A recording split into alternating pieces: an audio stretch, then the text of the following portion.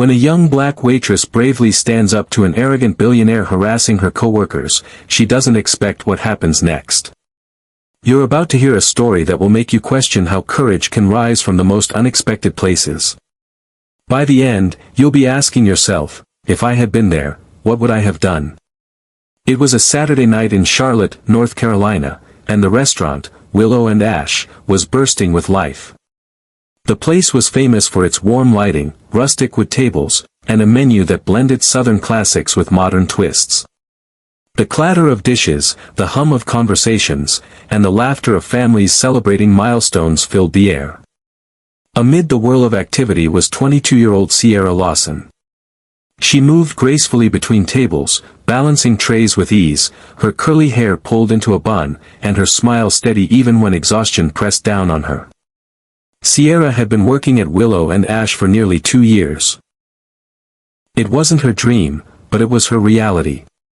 She needed the job to help cover her grandmother's medical bills, keep up with rent, and save enough to return to college one day.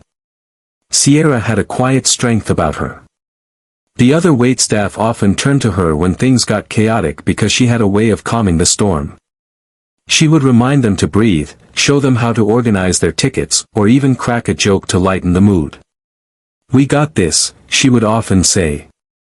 "One plate at a time." That evening, Sierra worked alongside her closest friend at the restaurant, Dana, who had only been on the job for a few months. Dana was a sweet, soft-spoken woman in her late 20s, juggling 2 kids and a mountain of responsibilities.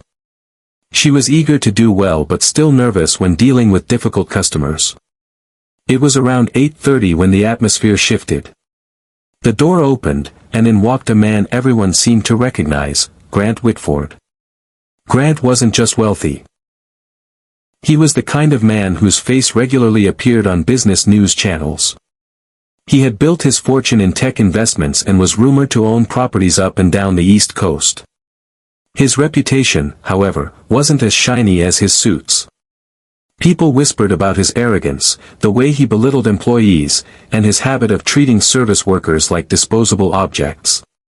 The moment he entered Willow and Ash, the room seemed to tense. He carried himself like he owned the place, his tailored jacket barely moving as he strode in, 3 associates trailing him like shadows. They were shown to one of the large booths near the back, which, unfortunately, was part of Dana's section. Sierra noticed Dana's nervous glance the moment she realized who she would be serving. Sierra offered a reassuring smile across the floor, silently reminding her friend to stay calm. Dana approached the table, pen and pad in hand. She began taking their drink orders, but it wasn't long before Grant's behavior became noticeable. His voice was louder than necessary, his jokes crude, and his laughter sharp. The men around him laughed along, more out of habit than amusement. When Dana returned with their drinks, things crossed a line. As she set a glass in front of Grant, he reached out and caught her wrist. His grip wasn't harsh, but it was enough to make Dana's face go pale. "What's your name?" Grant asked, his voice carrying across the room. "Dana," she replied softly. He smirked. "Pretty name. You ever think about doing something more exciting than waiting tables? I could use a girl like you at my next event. Pays a lot better than tips." His friends chuckled. Dana tried to smile politely, tugging her hand free, but his gaze lingered on her with an arrogance that made her shrink back. When she finally returned to the server station, her hands trembled. Sierra's jaw tightened. She set down the tray she was carrying and stepped closer. "You okay?" she asked quietly. Dana forced a nod. I don't want to mess up. I need this job." Sierra studied her friend's shaking hands and felt a fire ignite in her chest. She had seen entitled men like Grant before, men who believed their money gave them the right to treat people however they pleased. Too many times, servers had been told to smile and swallow it. But not tonight. Sierra smoothed her apron, took a steadying breath, and walked directly to Grant's table. The chatter of the restaurant seemed to fade as her footsteps echoed in her own ears. "Good evening," Sierra said evenly. "I'm checking in to see if everything's going well with your meals." Grant looked up at her, his smirk growing. "Well, look at this. Another one. They're really spoiling me tonight." Sierra ignored the jab. Her voice stayed calm, but her words carried weight. "I couldn't help but notice you made my coworker uncomfortable. I'll need to ask you to treat her with respect while you're here." The men at the table fell silent. The nearby diners, overhearing her words, turned in their chairs. An uneasy hush rippled through the restaurant. Grant leaned back, clearly amused. "Do you have any idea who you're talking to?" Sierra's heart pounded, but she didn't flinch. "Yes. A guest in this restaurant. And like all our guests, you're expected to show basic respect." Grant's eyes narrowed slightly. "You must be new at this. I could buy this place 100 times over. And you?" He looked her over with disdain. "You're just a waitress." The word stung, but Sierra stood firm. "Yes, I'm a waitress. But I'm also a person. My friend is a person. And none of us deserve to be treated like less because of how much money you have." His companions shifted uncomfortably, unsure whether to laugh or stay silent. The tension in the room was thick enough to cut. Sierra folded her hands in front of her apron, her gaze unwavering. "If you can't treat the staff here with decency, I'll have to ask you to leave." The audacity of her words hung in the air. Nobody ever talked to Grant Whitford like that in public. And though Sierra couldn't have known it in that moment, her decision to stand up to him would set off a chain of events that would turn her entire life upside down. The silence stretched across the restaurant, and Sierra could feel every pair of eyes fixed on her. Somewhere in the corner, a fork clinked against a plate, and then even that stopped. It was as though time itself held its breath. Grant leaned forward, resting his elbows on the table, a slow smirk spreading across his face. "You've got some nerve," he said. "I admire the guts, but guts don't pay bills. Do you know how many restaurants beg for my business? One phone call, and your manager will be begging me not to destroy this place." His tone was calm, but beneath it was the clear threat of power. Before Sierra could respond, the restaurant manager, a middle-aged man named Carl, appeared at the edge of the booth. His face was pale with nervousness. "Is there a problem here?" he asked carefully. Grant turned to him, gesturing at Sierra. "Yes. This one thinks she can lecture me about respect. I came here to enjoy a meal, and instead I'm being insulted by your staff. You'd better do something about it." Carl swallowed hard, his eyes flicking from Grant to Sierra. The weight of the moment pressed down on him. He knew who Grant was, knew what kind of power he held.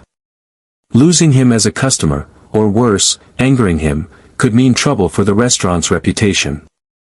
"Sierra," Carl began, his voice low, "maybe you should." "No," Sierra interrupted gently but firmly.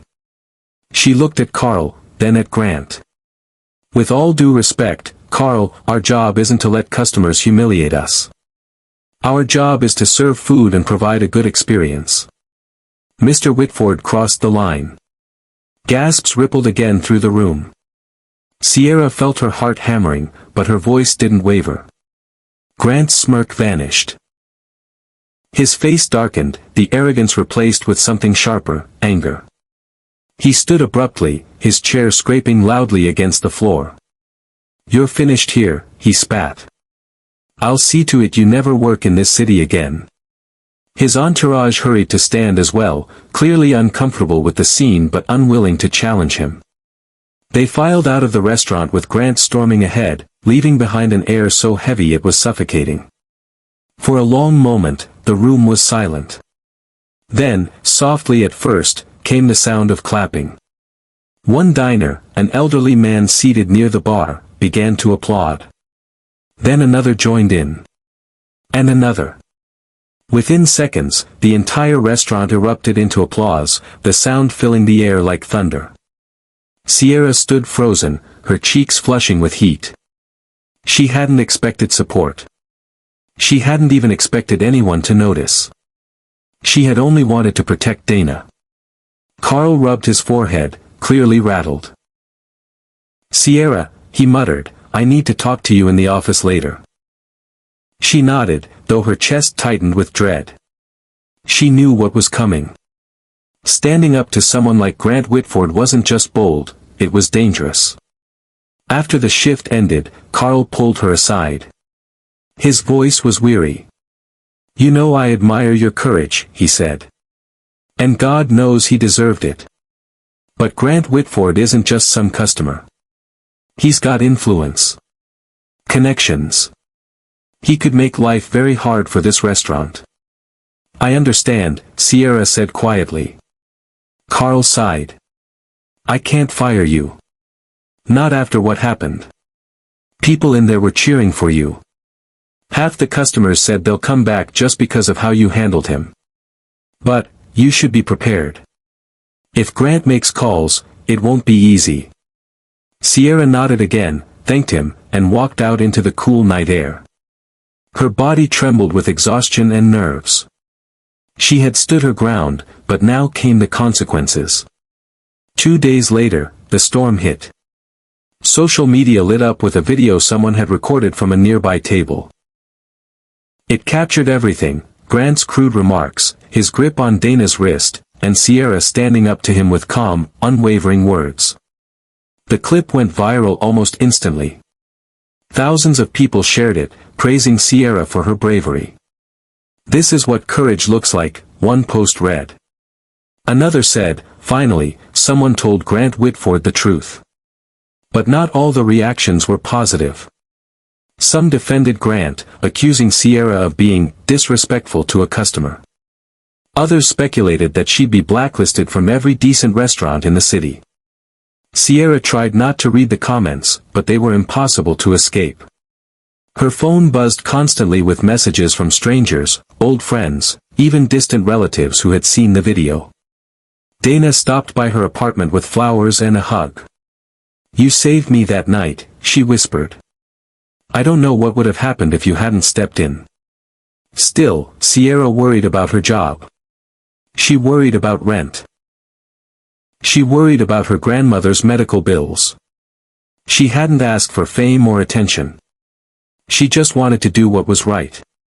3 nights later, Sierra returned to work.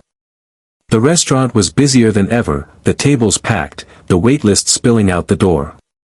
Carl pulled her aside before the shift began. His expression was stunned but relieved. "You won't believe this," he said. "Since that video went viral, reservations have tripled. People are coming here just because of you. They say Willow and Ash is the place that stood up for its staff." Sierra blinked in disbelief. "Really?" Carl nodded. "I don't know how long it'll last, but for now, it's good for business. You might have saved this place." Sierra laughed softly, the tension in her chest easing for the first time. But the biggest surprise came later that night. A man in a simple gray suit walked into the restaurant and asked for Sierra by name. She approached him cautiously, unsure what to expect. "Are you Sierra Lawson?" he asked. "Yes," she replied, her voice wary. He handed her a business card. "My name's Marcus Bennett. I run a foundation that helps young people finish their education and build careers. I saw what you did. We need people like you, people with courage and conviction. If you're interested, I'd like to talk about a scholarship and some opportunities for leadership training." Sierra stared at him, stunned. She could barely process the words. "A scholarship?" she repeated. Marcus smiled warmly. "Yes. You stood up to one of the most powerful men in this city, not for yourself, but for someone else. That kind of courage shouldn't go unnoticed." Tears welled in Sierra's eyes. She thought about her grandmother, about the nights she lay awake wondering how she would ever afford to finish school, about the risks she had taken just by speaking up. And now, here was a chance she never could have imagined. By the time her shift ended that night, Sierra walked out of Willow and Ash with more than just tips in her pocket. She walked out with hope. She didn't know what the future would bring. She didn't know how much backlash Grant Whitford might still unleash. But one thing was certain, she would never again doubt the power of standing up for what's right. Because sometimes, courage in the smallest moments can spark changes bigger than anyone ever expects.